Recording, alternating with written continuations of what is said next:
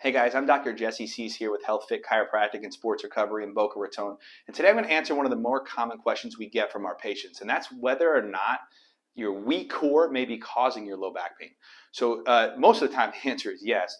But the way I'm going to explain this to you today is I want you to understand the difference between core strength and core activation, right? So they're two totally different things, and a lot of times people worry about strengthening their core, but they don't know how to properly activate their core. And that's usually where the problems kind of happen. So the way I'm going to explain this to you is using an analogy. I want you to think of a soda can, right? So pretend we're at a barbecue.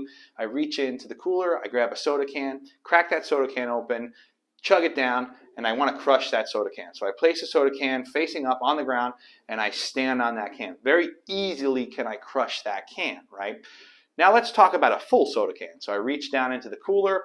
I have a nice full closed soda. Instead of drinking it or popping it open, I just place it right on the ground. Now I'm trying to crush that full soda can. Very, very, very hard to do. I'll argue to say you can't do it, right? And that's because of the pressure that lives within that can, right? So before we break that pressurized system and pop the top, that can is a very stable structure, and your your core is very much like a soda can, right? So it has the diaphragm on the top, the pelvic floor on the bottom, the abs in the front, and the obliques on the side, and the low back muscles in the back. So the core is very cylindrical in nature. It's not just your abs, right? So what we like to teach is how to achieve that proper pressure within the abdomen and within that core that will help innately stabilize your spine. Okay, so I'm going to show you a quick at-home test you can do. I'm going to turn this way just so you can kind of see. Very simple. You're just going to place one hand on your chest and another on your stomach, right? And I want you to take a nice big deep breath in.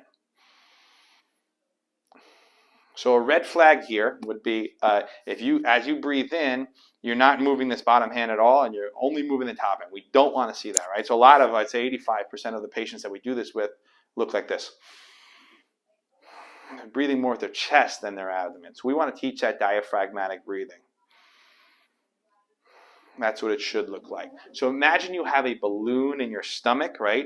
And your chest is the neck of that balloon. So you're breathing the air in through your nose. It's bypassing the neck of the balloon, and you're expanding that balloon with your in-breath and letting it out with your out-breath. That's a good way to teach how to get that pressure into that core, into that system, in your core. And it's just step one of this core activation process, but it's a good kind of starting place. So make sure you like this video and you subscribe to our page so you can kind of see how we progress this conversation down the line.